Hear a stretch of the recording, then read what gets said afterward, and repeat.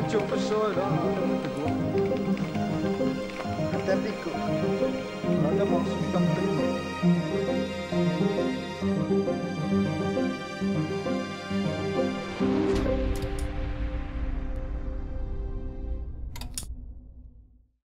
Mit navn er Bibeluk K. Jørgensen, Gisja Caritas Krotzmann Jørgensen, og jeg er 36 år, og jeg er instruktør, og har været det i de sidste 10 år.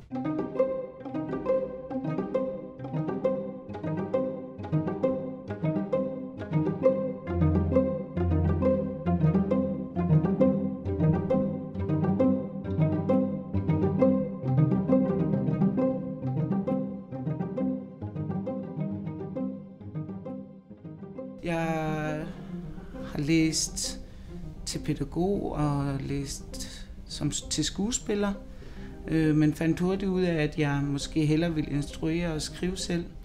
Så det har jeg gjort i rigtig mange år.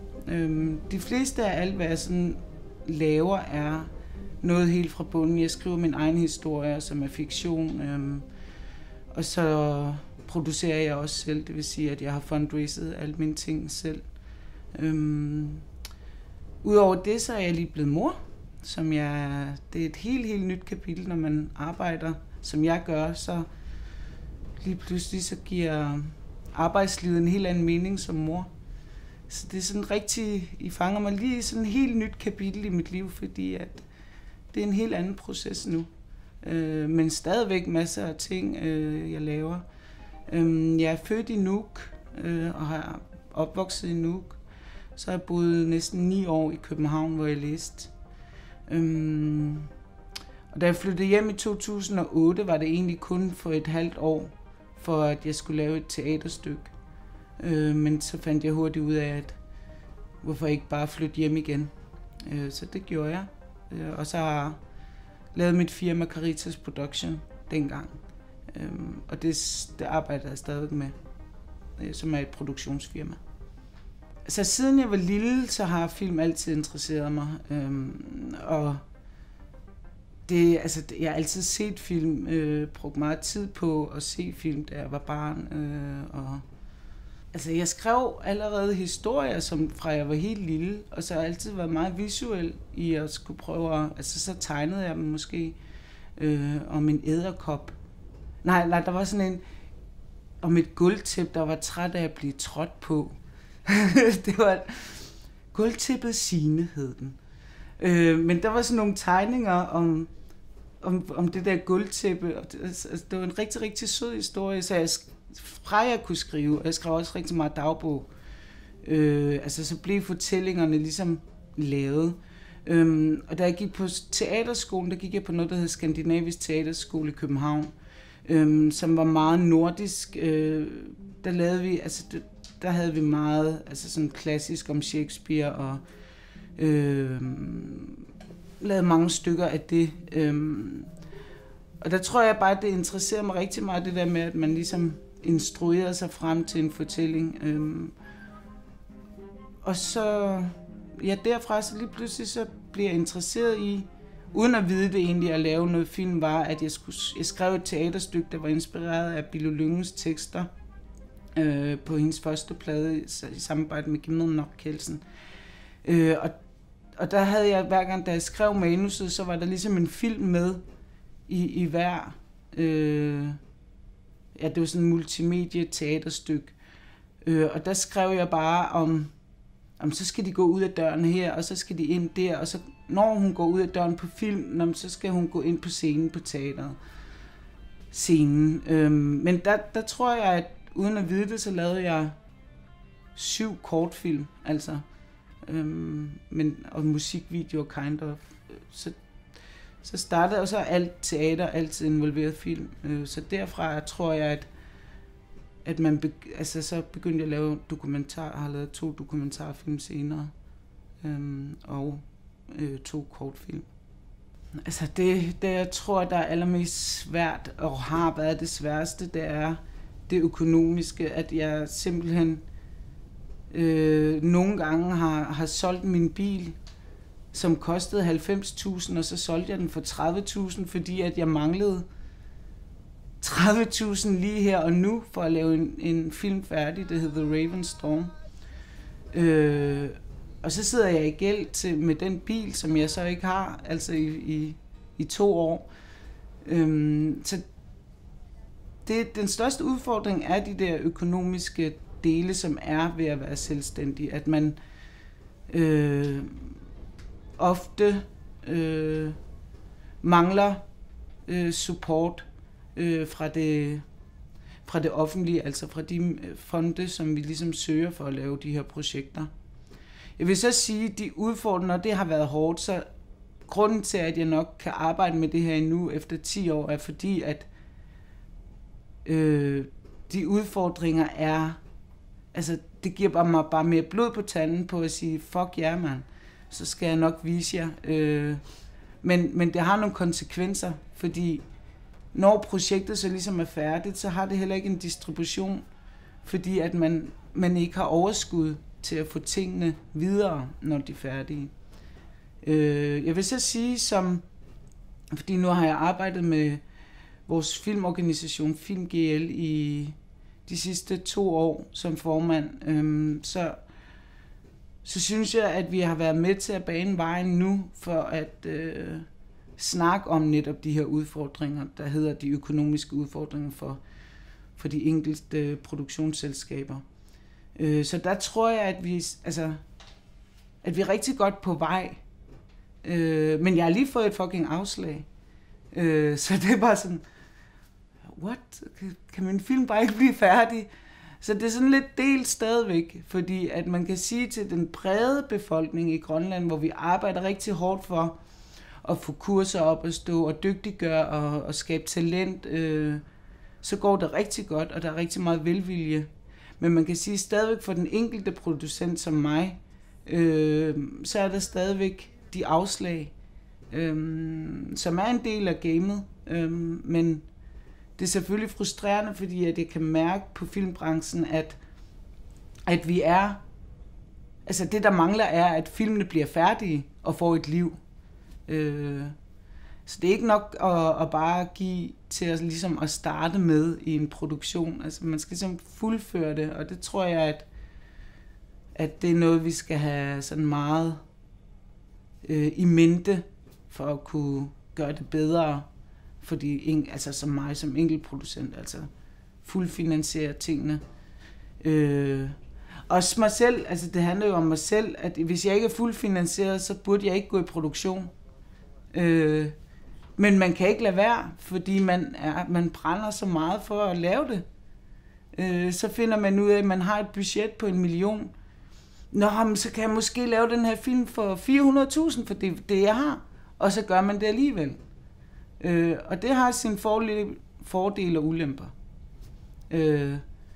Og ulempen er jo selvfølgelig, at så står du og bliver nødt til at sælge din bil, eksempelvis. Jeg tror, hvis man vil lave film her i Grønland, så er det en ting, som er så nyskabende og rigtig ny i branchen. Man kan sige, at de sidste 10 år er der virkelig en stor udvikling for, som organisationen FilmGL har været med til at starte op de sidste 4 år, er, at vi prøver at bygge en talentmasse op.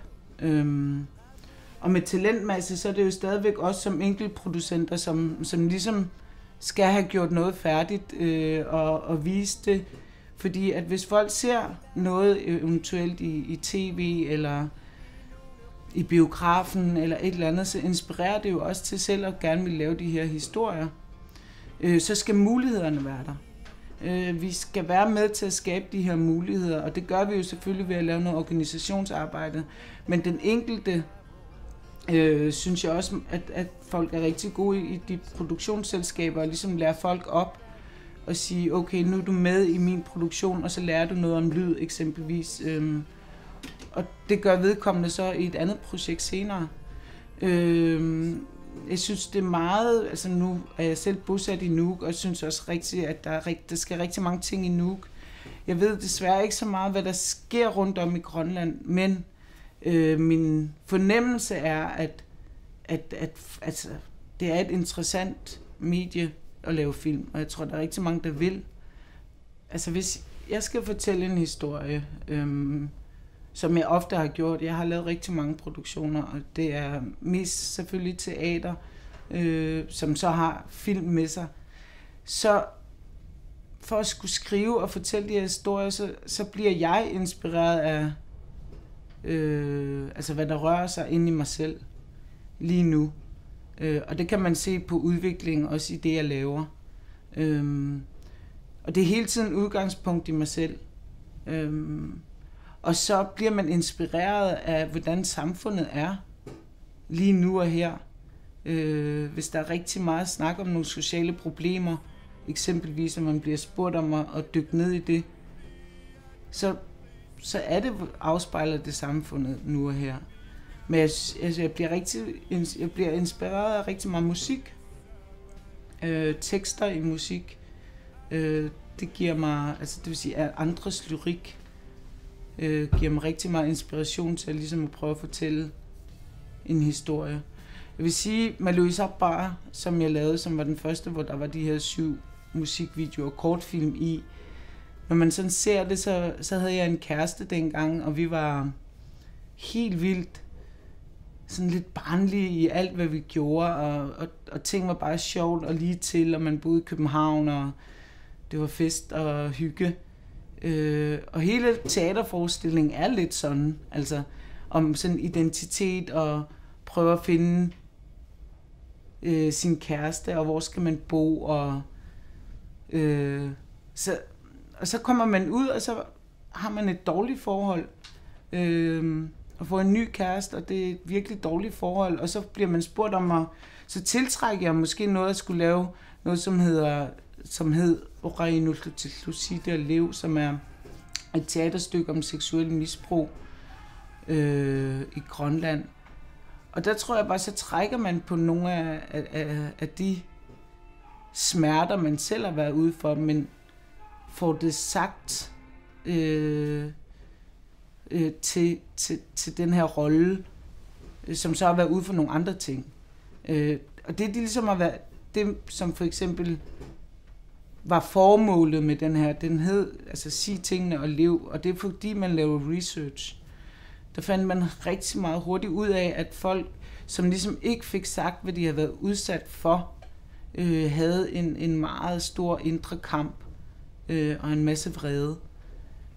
Og det bruger man så i karakteren, men man tager også selv den vrede i sig selv og bruger det, når man skal i gang med at skrive.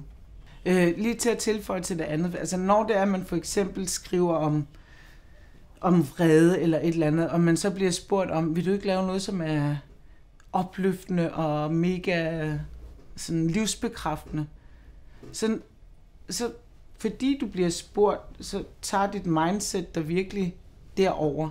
Jeg lavede en forestilling, der hedder Pioneer, som også har en masse videoinstallation i sig, men det er sådan vidt 2 forskellige måder at tage jeg vil sige, film eller historien på, fordi så hørte jeg for eksempel helt vildt meget dejlig sådan noget total popmusik. Altså så bare sådan noget happy musik. Og når jeg så ligesom, så hørte jeg sådan noget Johnny Cash, da jeg lavede Oreinultutluside. Altså, så de der sindsstemninger, tror jeg er meget vigtige i en skriveproces. Altså lige nu så sidder jeg med en spillefilm, som hedder Anore. Og rent ud sagt, så har den været i gang i 5, 6 år. Altså fra første gang, jeg begyndte at skrive den, har det taget alt for lang tid. Og det er igen de økonomiske ting. Men jeg sidder med Anore nu, og det er en spillefilm. Og så har jeg lige lavet en kortfilm, det hedder The Last Walk. Og så skal jeg til at lave noget teater igen i det her år. Og så skal jeg en del på filmfestivaler og ligesom repræsentere det grønlandske filmbranche og lære mere om film også. Og netværket, som er yderst vigtigt, hvis man vil noget overhovedet med film ud af til andet end i Grønland. Men Anore er mit barn, mit andet barn. Det er sådan en, jeg synes det er helt vildt vigtigt, at den bliver færdig, men den skal også kun blive færdig, når jeg er helt tilfreds. Og man kan sige, okay, så bruger man helt vildt mange tid og år, men hvis jeg ikke er tilfreds, så vil jeg heller ikke have den ud. Fordi det har jeg gjort med andre ting før det. Altså, hvor jeg bare tænker, okay, det skal bare være færdigt, fordi jeg har ikke tid, jeg har ikke penge. Det skal bare blive færdigt, fordi så kan jeg lave det næste. Men så tænkte jeg, gud, det ligger der jo derude på nettet. Altid. Det vil sige, hvis folk skal... Så vil jeg ikke lave noget halvt. Så jeg håber virkelig, at det her år bliver, at Anorit bliver færdig, og jeg er tilfreds. Så det er, hvad jeg laver nu. Og så er jeg mor. Total mor. Før i tiden, altså de sidste 8 år, har jeg arbejdet... Altså når jeg stod op, så var det altid sent. I hvert fald ved 10-tiden kunne jeg sådan ligesom komme i gang. Jeg er ikke sådan et morgenmenneske, der skal i gang klokken 8. Så det var ofte sådan formiddag, før jeg ligesom er i gang. Så er man jo lidt afhængig af sine mails som selvstændig. Der er en masse ting, der popper ind, så man bruger rigtig meget tid på og ligesom at skrive frem og tilbage til de forskellige ting, man arbejder med og samarbejder med. Når det er for eksempel, jeg har et projekt, så hvis jeg er i gang med at skrive, så bruger jeg meget tid på bare at sidde og tænke, drikke en masse kaffe, være ude og få inspiration. Ellers så er der altså en rigtig hektisk arbejdsdag vil nok være, du vågner, du skal tjekke alle dine mails, du skal lave budgettet færdigt, er der nok af de her penge til alle sammen, skal man forhandle med nogle af alle de forskellige poster, altså der er 12 mennesker, der skal have løn, der er 12 mennesker, der skal have mad, altså, så alle de funktioner har jeg ofte, hvor jeg laver alle tingene selv. Lysdesignet, hvordan skal det være? Det tænker jeg også over. Hvordan skal en framing være i en film? Det tænker jeg også over. Jeg er ikke sådan en, der tegner tingene, laver et storyboard, så det bruger jeg ikke tid på. Det får jeg andre til, at jeg begyndt at få til, ellers så er jeg sådan lidt ligeglad. Det sådan føles, at det hele er inde i hovedet, som også er en fordel og ulempe. Men ja, og så sidder man og skriver og bliver inspireret og skal nå en masse ting, så ofte før i tiden, så kunne jeg sidde til hele natten. Og så først var jeg færdig ved 12-tiden, og så gør det samme næste dag. I dag, der vil jeg sige, der strukturerer jeg min tid bedre. Der er det ligesom, okay, nu har jeg 4 timer til det her. Så jeg laver alle mailsene om morgenen. Nu skal jeg rejse. Så strukturerer jeg det med at få en barnepige, og så jeg ved, okay, de er de møder, der skal være 3 timer her og 5 timer der, og hvordan kan jeg udnytte det bedst. Så jeg blev meget bedre til at strukturere min tid. Hvor før i tiden som selvstændig, altså så var man bare på hele tiden. Nu er der nogle andre ting, der sådan ligesom spiller ind, som er mere familie. Og så ser jeg sådan noget reality-tv for at slukke hjernen fra. For ellers så kan man blive ved med at tænke, så kunne man også gøre sådan her, så kunne man også gøre sådan her. Og det afspejler min film, Anorit, faktisk rigtig meget, fordi jeg hele tiden får nye idéer, fordi man hele tiden rykker sig. Så man skal lidt passe på nogle gange, fordi man rykker sig jo rigtig meget som menneske hele tiden. Så nogle gange så skal man også sige, så final cut, det så. Fordi ellers så får jeg måske et eller andet barn, eller en eller anden rejse, som inspirerer mig til noget andet. Altså, så ja. Så jeg har aldrig haft nogle visioner eller drømme.